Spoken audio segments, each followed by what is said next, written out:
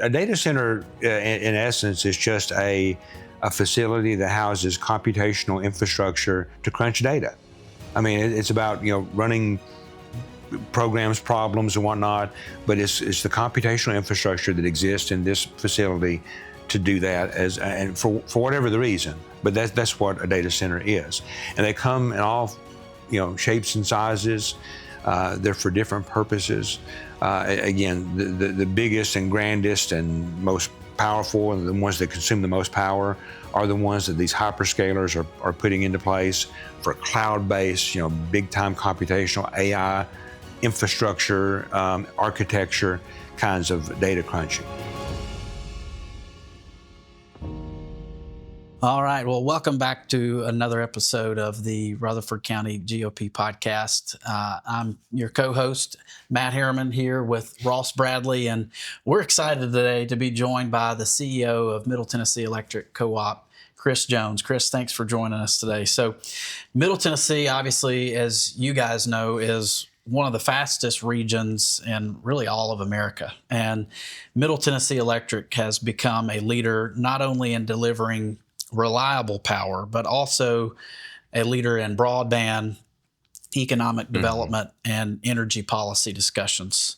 At the same time, we're hearing more about AI, data centers, energy security, electric reliability, and the growing demand for electricity. And data centers have become one of the most talked about kind of phenomenons almost, but most talked about economic development topics in the country, raising important questions about where our power comes from and whether or not, we can keep up with it.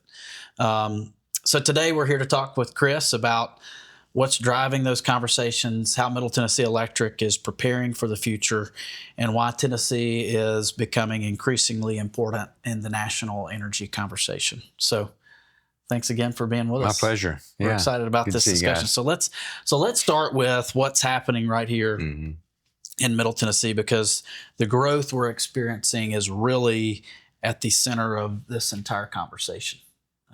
Absolutely. And Ross, I guess we should mention, you serve on Middle Tennessee Electric's board, so you also bring kind of a unique perspective to this conversation, and also, with your background in real estate development, and you're part of the problem with growth. No, but it is a really important conversation, and again, we're blessed that y'all's headquarters is here in Murfreesboro, in Rutherford County. Tell us who, for those that may not know or may be newer to the area, besides Rutherford County, what other areas does Middle Tennessee Electric serve? So we serve the vast majority of Rutherford County, with the exception of some of Laverne, northwestern part of Laverne, which Nashville Electric serves. But then we serve virtually all of Williamson County, with the exceptions of some parts of Brentwood, virtually all of Wilson County, with the exception of part of Mount Juliet, and then virtually all of Cannon County. We actually bleed over into other counties. We touch about 15 counties in total. So good sized service territory. We're the second largest electric cooperative in the United States. There are about 900 electric co-ops in the country. And by virtue of where we serve, that service territory, we're among the very largest, so we're unique in terms of size and scale. Chris, let's back up for a second, because kind of starting where all this kind of became an interesting topic when it comes to infrastructure, really kind of backed up for me as a board member to December of 2022, when we had the rolling blackouts. Am I getting that date right? Yes, it's kind of probably etched in your brain. There's been a lot that's happened since then, but that seems like kind of the first time I remember really having some infrastructure issues when it comes to electrical grid system. Yeah. Now, a lot had to happen wrong that day, those 2 days, December 23rd and the 24th in particular, to cause what happened. And there was a weather system that struck and affected virtually all of the eastern United States. And it was one that swept in quickly. It brought really cold air. It brought frozen precipitation, drove temperatures down to zero very quickly, but had lots of wind associated with it. And so power systems across the eastern United States were strained. All of them were constrained at some measure. What happened with TVA's situation was their winterization protocols for many of their generation assets, gas and coal especially. They winterized by the book, but the book just didn't work that time. It wasn't written for that event. Mm-hmm. So with how quickly that happened, they lost a number of generation assets they were counting on.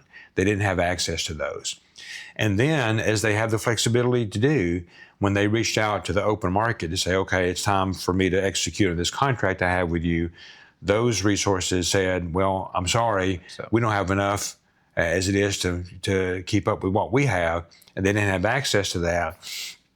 And so it put TVA in a position they had never been in before in its 90 years of history, where it had to call on the local power companies to say, hey, rather than risk a grid collapse, which would have caused an outage that may have cost many days or weeks in some cases to restore, they said, help us secure the grid, let's do rolling blackouts, and we'll get through this couple of hours situation, and then we'll be okay.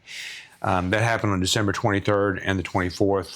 For our situation, for MTE, those 2 days, we had enough flexibility on the 23rd where we could absorb that call from TVA, but then the next morning, Christmas Eve, they called on a higher percentage of requirement for rolling blackouts that we weren't able to mitigate on our own through our own controls.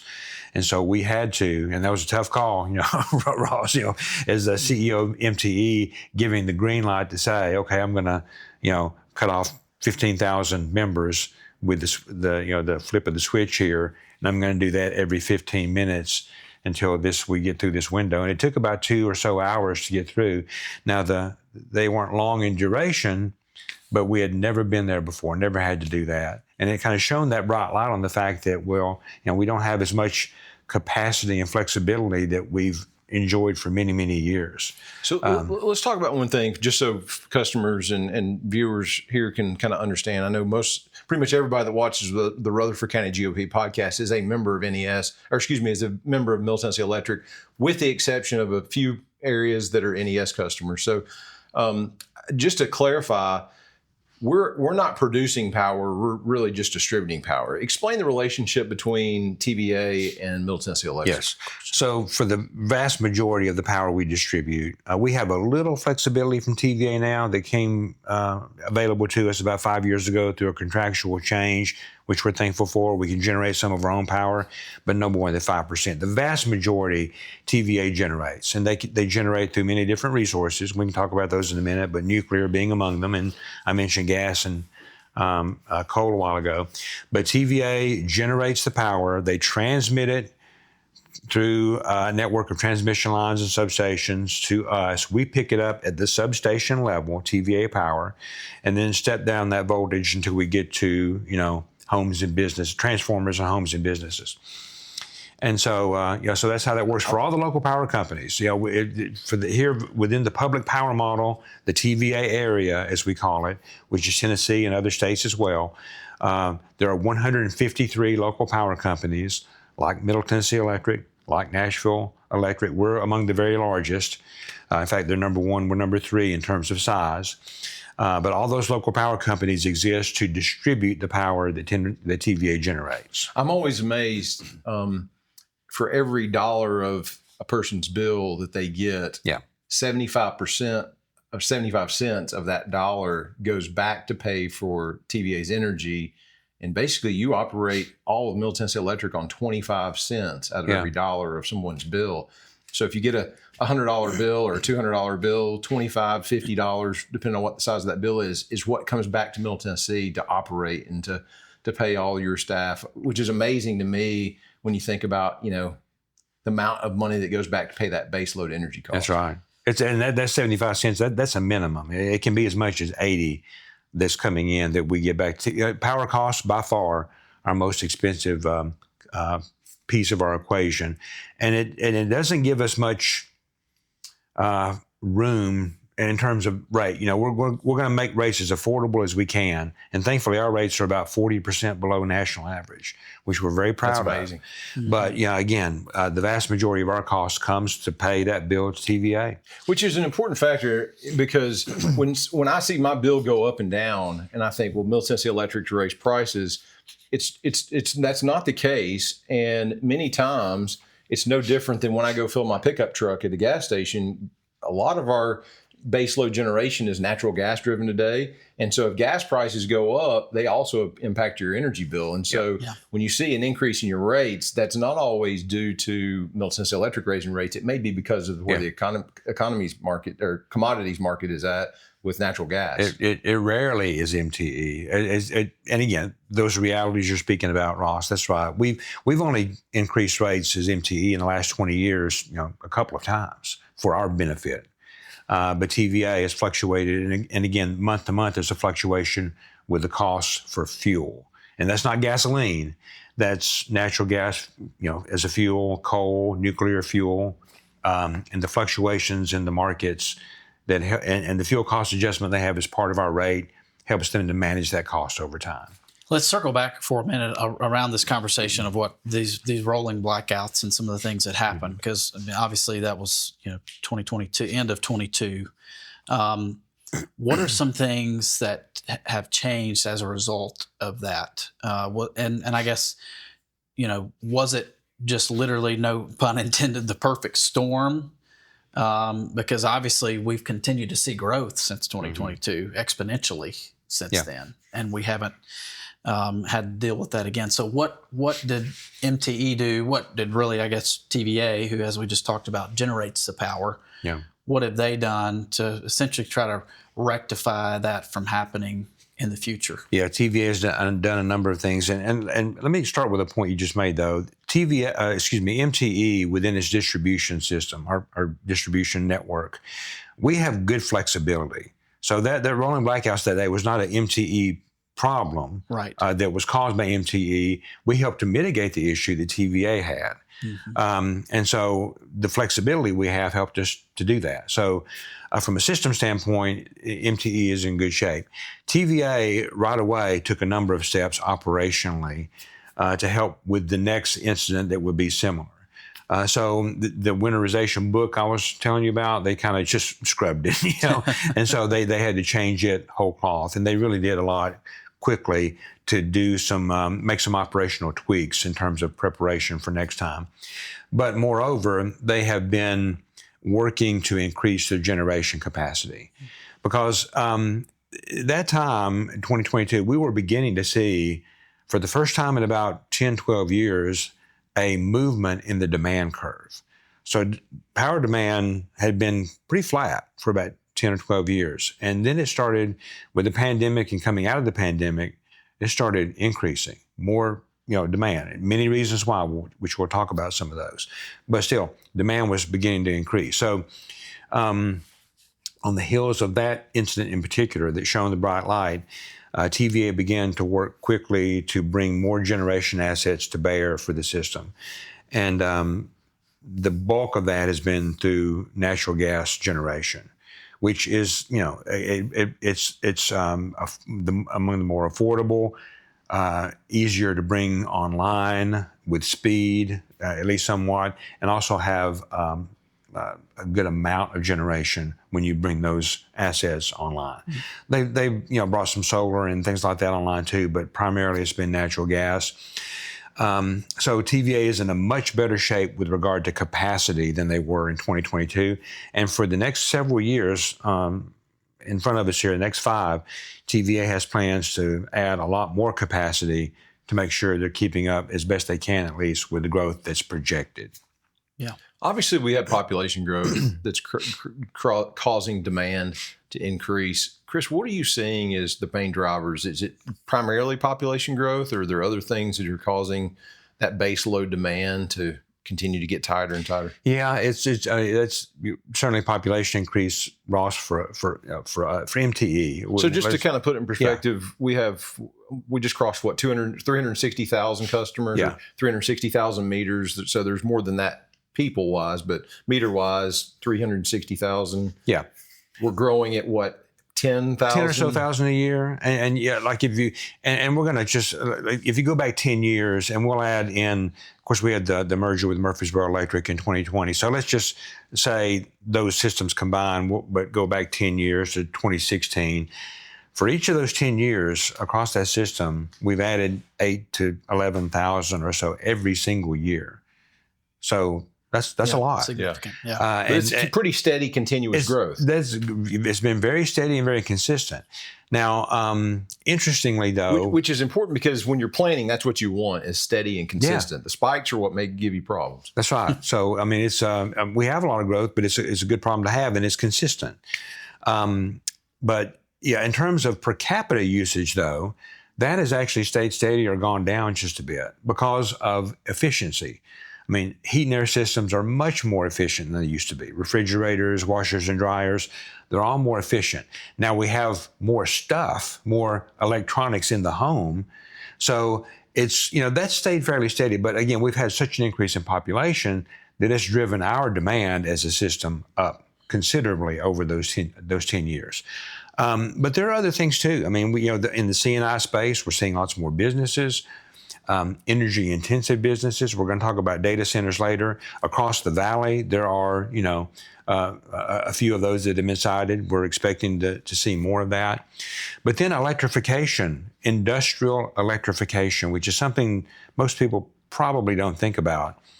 But industries, for various reasons, but among them being environmental concerns, that may have used on-site fuel sources for generation, especially fossil fuel generation, are moving away from those kinds of applications toward electrification, bringing in electricity to allow that to drive the industrial operation.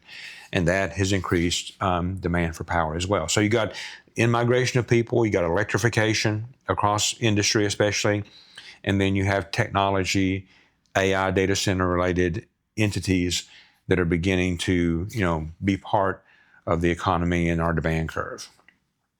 Well, let's talk about data centers because, we mentioned 360,000 customers. That's a ton of customers. Mm-hmm. And I know we have had some discussions at the board level about some of the hyperscaler data centers that could almost double our base load if they came in and give some examples of what those hyperscalers are.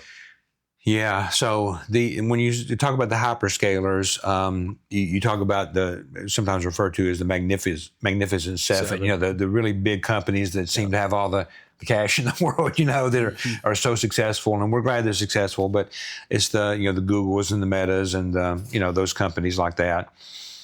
So that's kind of the extreme case, right? Yeah, but those are the hyperscalers. They are the extreme case, but those are the hyperscalers that are putting in to play across the country.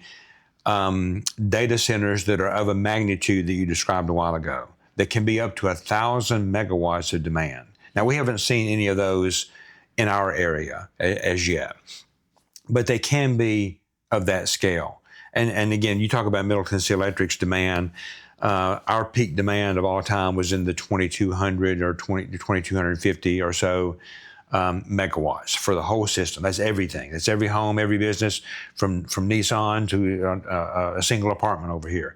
Everybody contributing to that on that coldest winter day, coldest winter morning, drove a demand of 2,200 or 2,250 megawatts. And you're talking about one data center, a big place, a big operation, 1,000 megawatts. Wow. And so the biggest demand we have on our system right now from a single business entity, and it's a very big one, everybody would know the name of, is about 60 or so megawatts. And that's for a major manufacturing operation. So we're talking about big city size scale of demand for one of these hyperscaler data centers. So you're talking about a considerable, piece of the equation here when you're talking about overall power demand. And the Magnificent Seven, they're all seeking to win the AI race, because the data centers are required to drive AI. And so I'm going to, you stop me if you need to, but I'm going to just wax philosophical here for just a bit because, again, I'm not a data center expert per se. But some things I do know by virtue of conversations I've had, given my role here, which I'm so honored to occupy, they're national security kind of issues. So when we talk about who's going to win the AI race here within this country, and we talk about is it going to be Amazon or Elon Musk or Google, whoever, that's one question. But we want one of them to win the AI race. Who we don't want to win the AI race is China. Mm-hmm. And make no mistake about it, all this stuff that we're talking about, data center, nuclear energy, we're talking about quantum computing, the drivers of the new economy, those are them. Yeah. Somebody's going to win that race. And it's not just a national conversation. This is a global conversation. And it had better be us, or we're not going to be the superpower anymore. Yeah. No doubt, no doubt. So these are real, profound, big time, even energy security, sure, but national security kind of issues we're talking about. Well, it's funny you bring that up because we were in Washington a few weeks ago meeting with the Energy Dominance Council, and they were talking about the new models that are coming out, and they were cautious about releasing the second generation models because they were concerned about security. And this is not just security for you and I. These are securities to the biggest banks in our country, where they came in, they were concerned about what the security protocols would need to be with these models because they create a new level of problem. And the good thing is we can pump the brakes on releasing those models until we can put the right things in place. But that's not to say that our foreign adversaries will pump the brakes. In fact, they're going to probably put the foot on the gas to try to exceed us. And so it is critically important that we have the best technology, but also have the energy backbone to be able to power these data centers. And so I kind of jumped in the deep end going on that side. Let's back up for just a second if we can and talk about what is a data center. Because when I think about data center, it's almost like saying, I like sports. Well, there's a lot of different types of sports. And so when you just say data center, it can mean a lot of different things. Can you kind of give us an overview about what is a data center for somebody that's listening? I mean, we're reading the newspaper and we're seeing data centers thinking about coming to town. And we just talked about hyperscalers. That's typically not what they're talking about. Explain data centers to us just so we can have I'll try to. So a data center, in essence, is just a facility that houses computational infrastructure to crunch data. I mean, it's about, running programs, problems, and whatnot, but it's the computational infrastructure that exists in this facility to do that and for whatever the reason. But that's what a data center is, and they come in all shapes and sizes. They're for different purposes. Again, the biggest and grandest and most powerful, and the ones that consume the most power, are the ones that these hyperscalers are putting into place for cloud-based, big time computational AI infrastructure, architecture kinds of data crunching. So they're huge and they drive a lot. But a company can have its, and this isn't uncommon, a company or organization can have its own data center for its own individual purpose. It's called an enterprise, and by category, an enterprise data center. J.P. Morgan has a huge one to run computations around and crunch data from a financial perspective. But there may be companies here in our service territory that have their own data centers. So again, they come in all shapes and sizes. They aren't all, certainly, like you said, very few are of a scale of 500 to 1,000 megawatts. More commonly, they are, 3 or 4 megawatts or something like that. I guess to go a little bit even further, maybe some more specifics. Why is it that AI, maybe help people understand why AI is driving the need for these data centers? Yeah, so artificial intelligence, as organizations, companies seek to build out that capability, AI is learning and being taught. Mm-hmm. And in order to do that, in order for it to evolve, if you will, it has to run sets of incredibly complex problems and processes and operations many times over. And doing that with the the computational infrastructure requires a lot of power to run those processes And then from an infrastructure perspective, it takes power to cool the computational infrastructure as it's running, because it gets warm. Too hot. So you have but the order of magnitude that we're talking about to drive to the levels of sophistication that's needed, again, beyond my comprehension here, but it requires that incredible amount of power to do that. And so, AI is evolving, building on itself as it's learning. Mm-hmm. So, and by the way, I think a hope that we have in the energy circles for AI is that as it becomes more and more capable, as we begin to apply AI to energy equations, energy problems, it will help us over the long term to be more efficient in energy usage when it comes to data centers. I think that's often an overlooked piece of the puzzle. Yeah. I think we are likely, this is just my opinion, I think we are likely overestimating the amount of power demand that will increase over the many years ahead, 5, 10, especially 10 years out, because I think there's a great likelihood that AI will help us get much more efficient with regard to energy use and consumption when it comes to data centers. I think part of what I was somewhat getting to is, I feel like at least our generation, most of them probably on this device right here have ChatGPT, Yeah. And so they're going to ChatGPT, no telling how many times a day for different things, and they're not realizing that there's a computer housed in a data center somewhere that's helping process that. Right. Yeah. I forget I should know this maybe, but there's when you compare, for example, Chat GPT to a Google, Google inquiry versus Chat.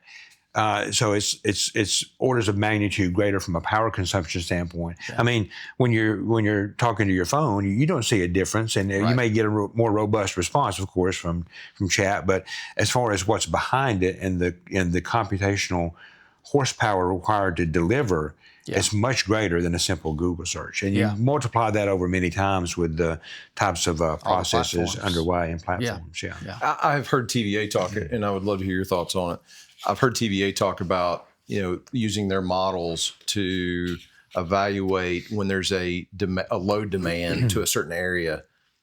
TVA has, all kinds of different ways to generate power, from not just natural gas, but they have some nuclear, they have solar, they have, dams, hydrological ways to generate power.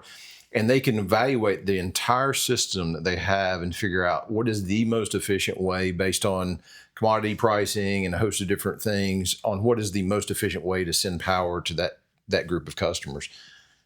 That's amazing. What a great use of technology, and to keep rates low. But I do think there's a big concern for a lot of consumers, a lot of people in our area, for when they see a data center wanting to come to town. Should we be concerned about data centers? Yeah. Well, I think it's perfectly reasonable to have concerns about things like that. But I think what I'm afraid I'm seeing, though, is respectfully here, because again, there's so much groundswell that's emerging that just seems to me to be simply anti-data center, or anti-growth, but specific to our conversation right now, anti-data center. So I'm not sure how much critical thinking people are doing, because I think every situation should be evaluated on its own merits. And again, there may be, very, very well may be, concerns relative to a specific situation. But I think there's such a building groundswell against data centers that many times these conversations are becoming much more emotional than they are, practical, and critical thinking. So I would just encourage people to take a step back and just ask good questions and learn about it. You have your concerns, but make sure that it's that you're being informed and understand what the ramifications really are, the opportunities, the threats, the risks. Understand all those before taking too hard of a position. Because one of the concerns I hear is people are concerned that their rates are going to go up. If this data center comes into town, my energy costs are going to go up because this consumer is going to consume so much energy, and we only have so much of it, and we're going to have to. Who's going to pay for it? Right, and again, we've seen stories where that maybe some of that has come into play, in practicality, in actuality.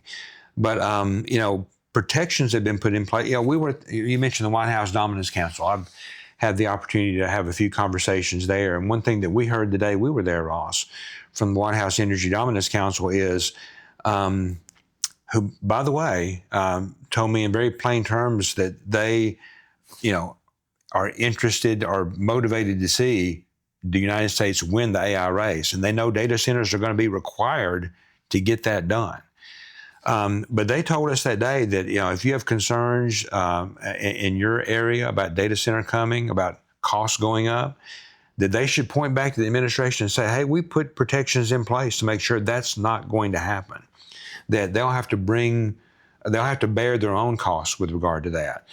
So the ratepayer protection, I forget the name of the pledge, I should say, ratepayer protection pledge that the president put into place and had the tech companies sign. They told us, point back to that, point back to the administration. If you get any pushback or concern, know that we're going to have your back on with regard to that. Our state recently, and the governor signed into law a protection that utilities can't pass along those costs to the ratepayers. Those companies have to bring the money to the table.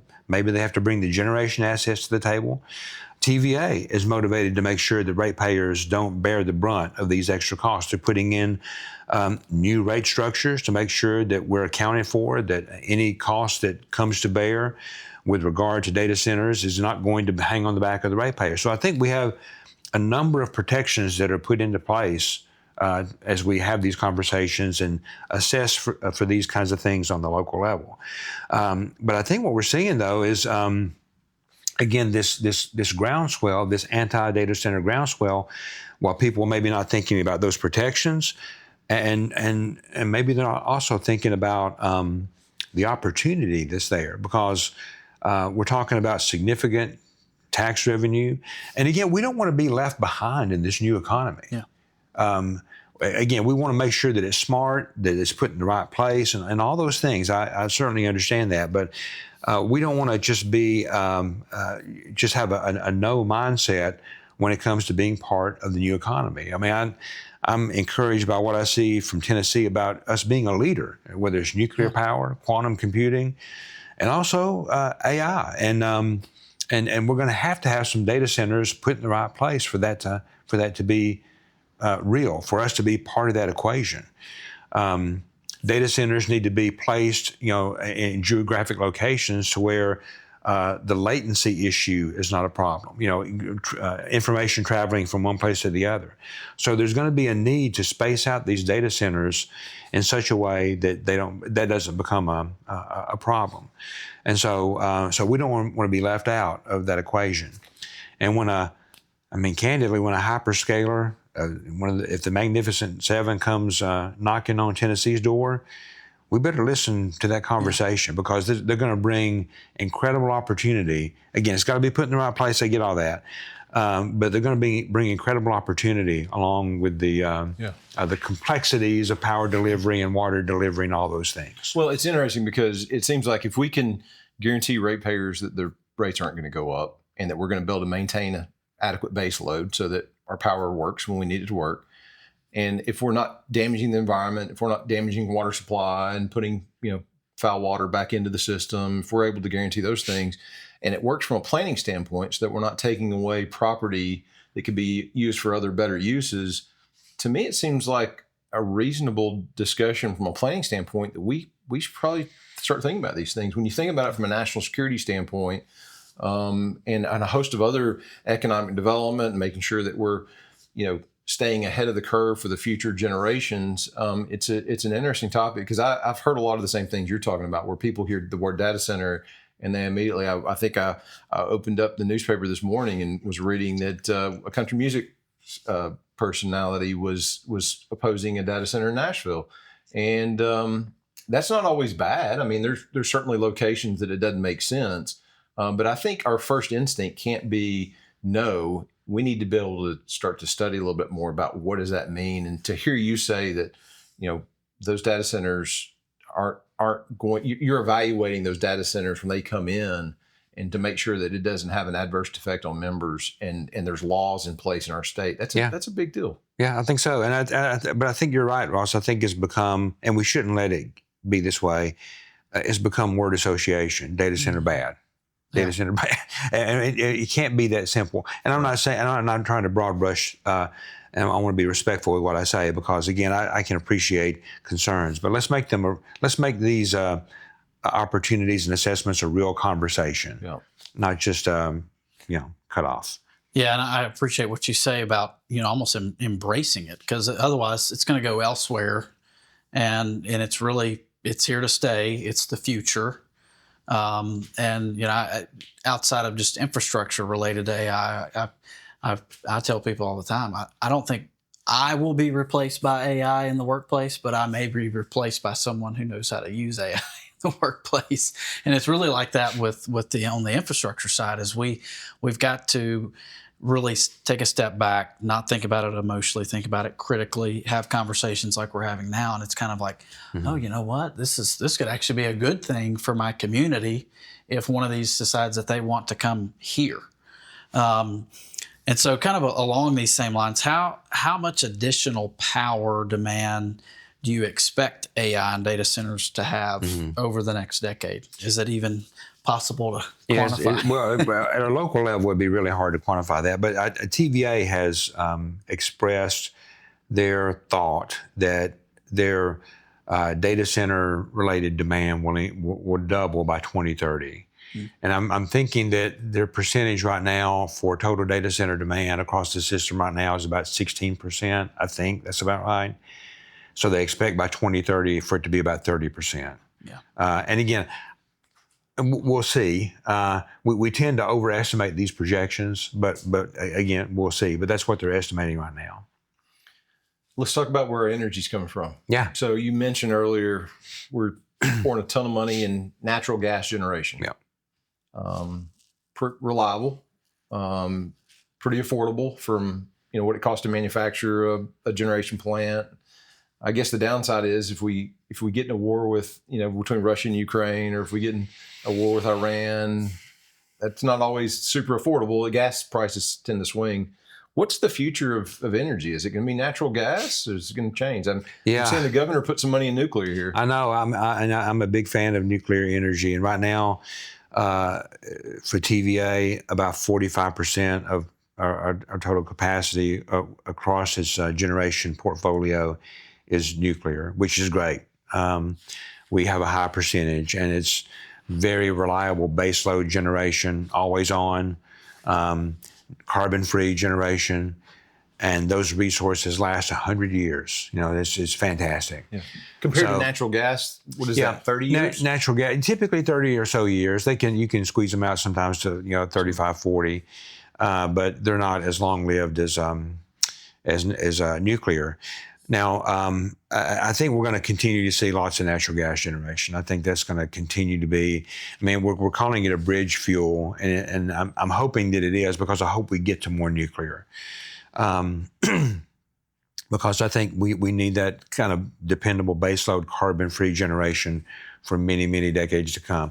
More solar will come online, more batteries will come online. We've got technology to develop to get better at batteries, but that'll be coming.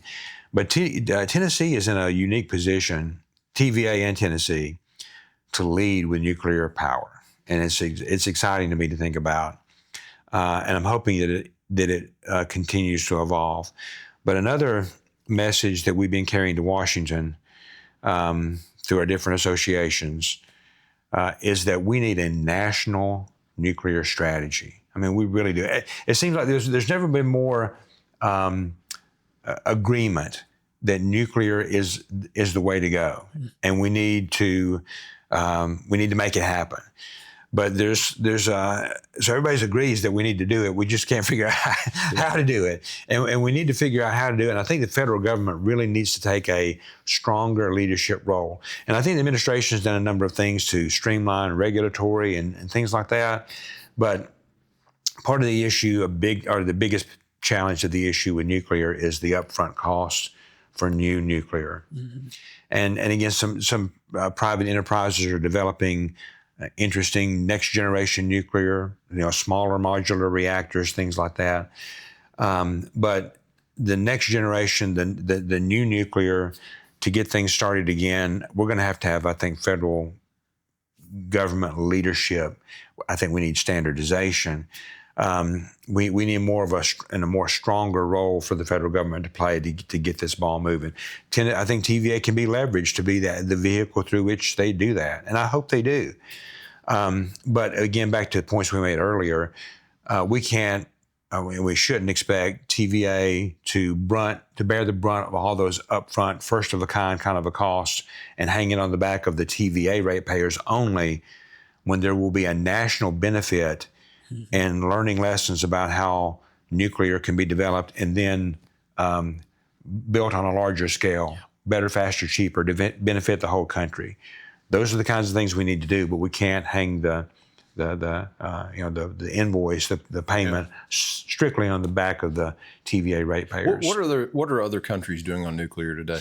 Well, China is the one that's by far in the lead. Again, we keep talking about China here, but China is bringing on scores of reactors every year. I mean, they're leaving us behind in nuclear power. And again, they're using those to build new data centers and to pursue this AI race. So it's a real issue. And the thing too, from a national security perspective, another reason that we want and we should want to develop more nuclear power capabilities is not just for energy security, it's for national security, because countries around the globe want someone to help them bring nuclear power online. Most countries don't have the resources to do it on their own, the technology to do it on their own. So they're looking for a partner to do that. And they'd love to do business with the United States, but we're not ready for that. We are behind. So they're going to China or Russia. Yeah. And then think about that. What happens in those kinds of business relationships? Well, that forges political relationships, and then you have alliances, and things change globally and politically. Once you commit to a reactor, you're not going to probably change in 10 years. I mean, you're going to be buying parts, and you're going to be, So China and Russia are leading the nuclear global market as we speak, and that should be something that, that concerns all of us. I think that's something that we don't talk about enough, and it's such an important political topic because we're seeing more and more demand for energy with data centers, and we see the need to get away from natural gas and other ways of generation. And nuclear is so interesting because if we could cut back on natural gas and go more towards nuclear, we wouldn't be so reliant on other countries to be able to purchase natural gas, to be able to maintain a system of data centers and energy baseload that we're needing and consuming every day. It would make us much more independent. And to your point, other countries are going to have the same problem that we are. And so to be able to meet those needs is a huge national security issue long term. And I think it's going to produce to industries. I mean, you mentioned Tennessee's a big player in that space. I mean, probably the hot button location for nuclear in the United States is in East Tennessee and Oak Ridge today. Absolutely. That's huge for our state. Yeah. I didn't realize I was honored to serve on the governor's Nuclear Energy Advisory Council. Before doing that, I didn't realize that there are more than 200 companies in Tennessee that support nuclear power, not produce nuclear power, but that support nuclear energy. Most of those congregated, not all of them, but most of them in the Oak Ridge area. Mm-hmm. And Oak Ridge has earned a number of incredible economic development wins over the past 2 or 3 years. So there's a growing momentum in Oak Ridge. And so I'm hoping that will find its way into, truly us adopting as a country a nuclear strategy that Tennessee, Oak Ridge, TVA can lead. I think we're right there. We just got to coalesce around it. Talk to people this second that are concerned about the safety of nuclear. Is that a problem? Well, nuclear has the best safety record of any energy category of any. So it has a proven track record. Sometimes people are concerned about the waste component, but I think that's a situation that The waste currently is stored on site. We need a national repository for waste storage, a long-term one. That's something that we really do need to tackle as a country. And I think the administration is making some effort toward doing that and maybe looking to states to say, if you're a hand raiser, we'll help you pay for that and make it worth your while. So we'll see how that goes. But, there's, globally, famously, infamously, there have been a couple of incidents, Chernobyl, of course, being prime among them. But especially in our country, our track record has been incredible. I mean, people my age remember 3 Mile Island, and that was a situation that went awry. But as a result of that, I mean, you think about, that was a bad thing that happened that many years ago. But fortunately, no one passed away. There was no fatality, and there was no documented report of anyone even getting sick because of that. It was a situation that shouldn't have happened. But that's the one incident really in our country. And sometimes those concerns are, again, understandable, but they're not quite what they're cooked up to be. I've heard you talk about the very safe system, though. I've heard you talk about in a person's lifetime the amount of nuclear waste that's generated from their power, from the energy usage.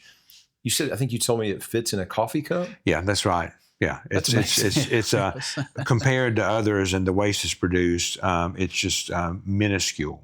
Wow, that's an entire lifetime. It's a lifetime. I think it's all of the nuclear spent fuel that our entire country has used would fit across a football field right now, with a bit of depth to it, but it just compared to the energy output, the waste output is incredibly low. So we've talked a lot about kind of the national conversation, and even alluded to kind of how really Tennessee is leading in this area of energy. And so how do we compare as a state to other states when it comes to energy reliability and preparedness? Yeah, so. And some of this depends on where you are within the state, because some distribution networks are more robust than others. So I would very proudly point to Middle Tennessee as being us having one of the strongest grids that's out there. TVA as a GNT, as a generation and transmission system, I think stacks up incredibly well from a reliability standpoint. In terms of affordability costs, again, rates for MTE members at the end of last year, residential rates, when the Energy Information Administration sends out their information about rate comparisons, our residential rate was 40% below the national average, which is fantastic. Mm-hmm. We want to continue to be affordable. TVA wants to continue to be affordable. So I think we'll continue, like for MTE, we're at top 10% in the country affordability, top 10% in the country reliability, top 10% in the country in customer or member satisfaction. And that's where we want to be.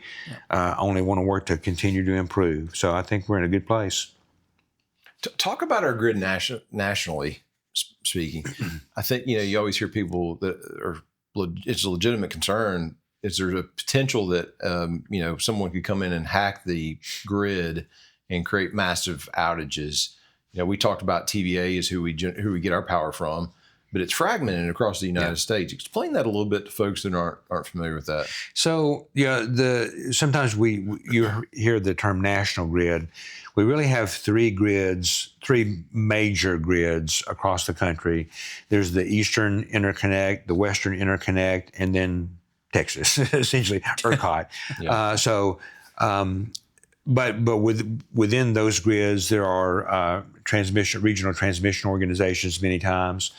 TVA, of course, is one of the larger generation and transmission companies out there, is a public entity. But it also interconnects with other major GNTs around it. So when we're talking about the rolling blackouts from a few years ago, and TVA has the ability to call on others to help them, just as others have the ability to call on TVA to help in times of scarcity, that the interconnection creates that opportunity. So, but even though the public power model here in the Tennessee Valley is unique in terms of its structure, the idea of generation at a kind of a macro level, going down to transmission to distribution, is very common in terms of a principle across the country. Is it realistic that someone, an adversary, could come in and take over an entire region? Yeah, it's unlikely. I won't say it's completely impossible. There are many protections within the grid that exist to prevent cascading kinds of outages.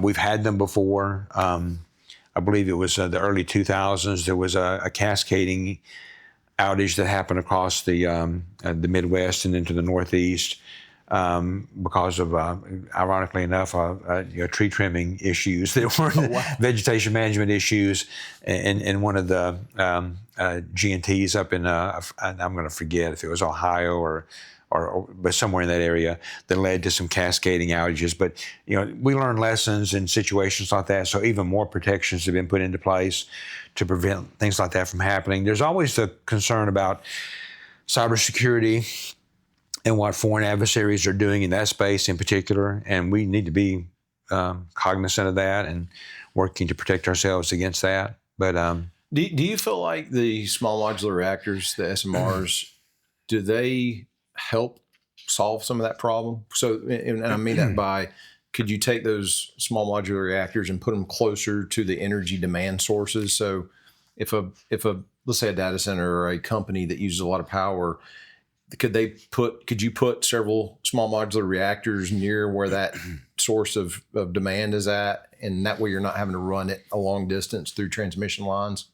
So some of the thought has been, like for data centers, for example, are small modular reactors, and what that is typically, or what it can be, like for the one that TVA is looking to build at Clinch River at Oak Ridge, it essentially just a scaled down version of technology that's in place right now with some larger scale nuclear plants. It's just scaled down, smaller footprint, and all the things associated with that on a smaller scale.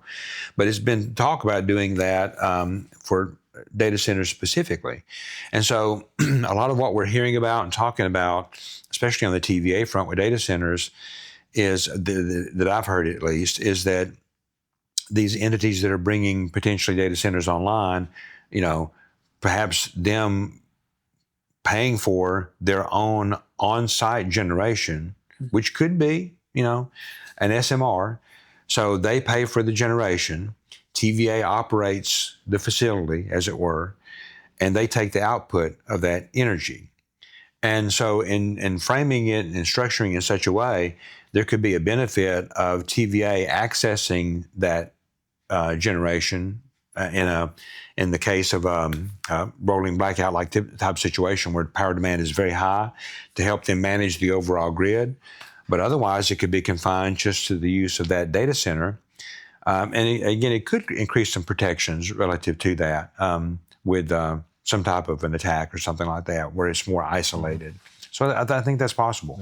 That's interesting. You mentioned, I just made the connection, and us being in the real estate world. I mean, it's basically what developers have done with wastewater and sewage. Is they've done on-site treatment, their own on-site treatment facilities, for those sewer services. Yeah, no doubt. It's kind of that same thing. Mm-hmm. Well, I mean, we can power ships, Exactly. with nuclear. Why can't we begin to power small cities? And manufacturing plants and those submarines or aircraft carriers that have nuclear power? Those are essentially small modular reactors. Yeah. That's right. Well, Chris, this is super fascinating. I think we could talk for a long time on this. Matt, did you have any other questions? No, we kind of had some fun questions just to ask here at the end that have nothing to do with anything we're talking about. Okay. Just a little rapid fire round. I think the rapid fire have been one of my favorite things. Yeah. We started doing this. If you haven't seen the rapid fire, go back in some of these videos that we've released here recently. Those are some of my favorite parts. So what's a book that's had the biggest impact on your life? Well, aside from the Bible, I would say that, and this is something that MTE folks will be familiar with, it's The Ideal Team Player book by a business author who's a member of ours now, by the way, Patrick Lencioni, who's written a number of business books. But the Ideal Team Player has been one that we have adopted here. It's been very meaningful to MTE, and certainly by extension, has been meaningful to me. So, yeah, that's made a big difference. You give it to all the board members, all the new employees get it here. It's a fantastic book if you haven't read it. It talks about the virtues of humility, hunger, and people smarts, knowing how to meet people where they are. Yeah, being the three virtues of the Ideal Team Player. So it's been important for us. that's great.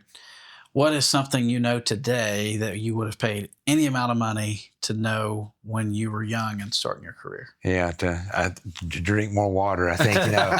Drink plenty of water. Yeah, that's a good question. Well, I do think, though, that, and the way I think Stephen Covey put it was, sharpening the saw, that taking care of yourself physically helps you mentally. And, and how important consistency is with so many different things. But that's something I learned, that I just took certain things for granted with regard to, health and wellness and whatnot. And I had to have some reminders, and I wish I'd been more consistent, starting 30 years ago. It would have helped me out a lot there. But from a general perspective, just that how important consistency is. Yeah. Being consistent. And I'm naming more than one, I guess, but how that movement can create opportunity. And I'm not talking about changing jobs necessarily. I'm talking about just how that you have to be willing to take a step, to do something, to accomplish, to be bold with things, and think it through, but not be afraid to step out. That's good.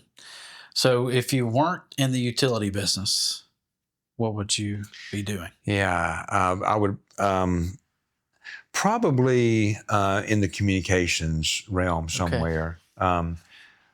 Whether that's consulting or something like, or maybe a communications or PR firm or something like that.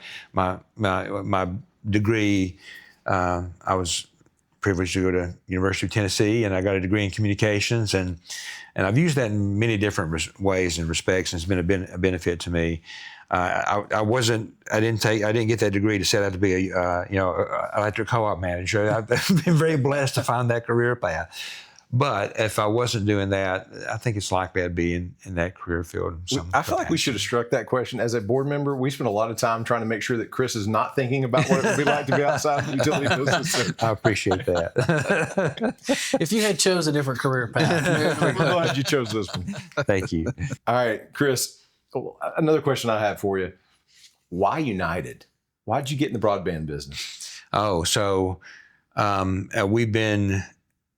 it's been such a great decision to become the owner, become partners with United Communication. So this dials back, Ross, to I think about conversations I had 20, 25 years ago, and I wasn't so much aware of it, but it grew over time. But members were calling up in the rural areas to say, "Hey, I can't get internet. Can you help me as electric co-op?"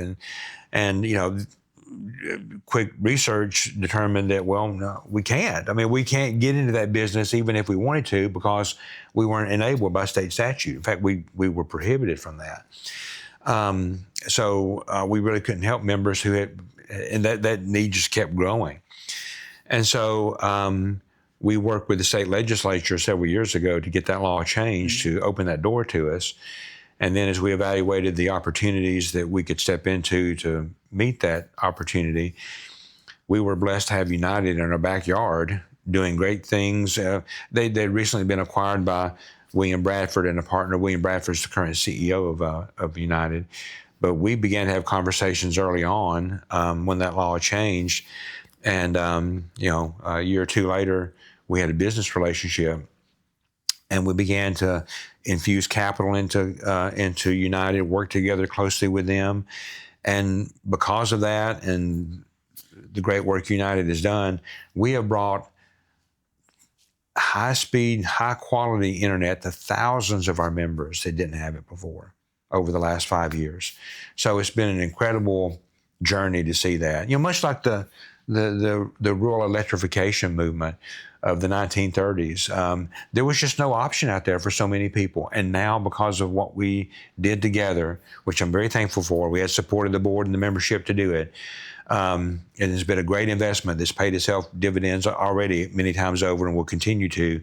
But we brought internet to thousands of members that had no option before. Yeah. And again, it's a business opportunity that's going to continue to grow because, for those listening, United, their customer satisfaction numbers are off the charts. They're doing a phenomenal job, and we're going to continue to make that service available and expand that service across our footprint and beyond. Well, Chris, I think that's a great wrap up. One thing I've heard you talk about to the employees is how you want to make the lives better of those that are within your footprint. And I think you're doing that with United. You're doing that with Middle Tennessee Electric. I see this partnership now with MTSU, and so many other ways where you're continuing to kind of stretch. How can I make the lives better of those within our footprint? And so, thank you for doing that. It's an honor having you today, and be able to serve alongside you as a board member. Same here. And thank you for joining us. I think you've shared a lot of great insights about the energy sector, and I think it's so fascinating. A lot of people say, why do you want to be on that board? And I say, because it's so fascinating, because I feel like you're at the tip of the spear with so many different things today. So I hope you've enjoyed this podcast today. Make sure you support Chris. Chris is probably one of the most likable people that I know. That's right. Everywhere I go with Chris, he's always got a smile, and everybody wants to come up and talk to him, and such a great guy. And so, thank you, Chris, thank you for joining us today. Make sure you leave us a comment. Tell us what you want to hear about. We hope these are things that are interesting to you, but we want to continue to bring content that's worthwhile to you. So make sure you leave us a comment, like, and subscribe, and we can't wait to see you next time.